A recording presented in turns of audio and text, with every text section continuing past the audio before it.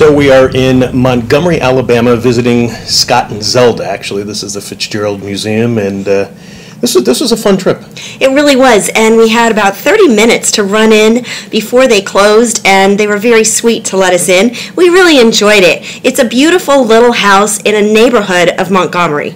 And this was the house where Scott and Zelda lived only for a short while, right after the 1930s. It's a little bit of a sad house, though, wouldn't you say? Yeah, it does have a sad energy, and I think it's because it was right around the time that Zelda was starting to get very sick mentally.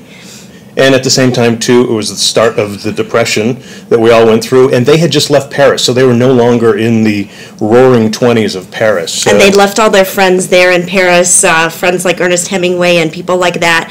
And so they stayed here from October 1931 to April 1932, really only about 6 months. Yeah, and one of the reasons they were there was because Zelda was actually born in that area. Her childhood homes are no longer in existence, so this was one that was used by the museum. And actually, one of the interesting things was all of her artwork there, and you can kind of see it there. A lot of it's distorted, and again, this was a lot when her mental illness was coming on, but at the same time, too, she used it for therapy after Scott died. Yes, and it's very, very interesting artwork, and you can kind of see some of it here. Some of it actually was used for children's books, and that's what you're looking at right here. And it's also very colorful, even though it's distorted, so it's just kind of a portrait of her personality.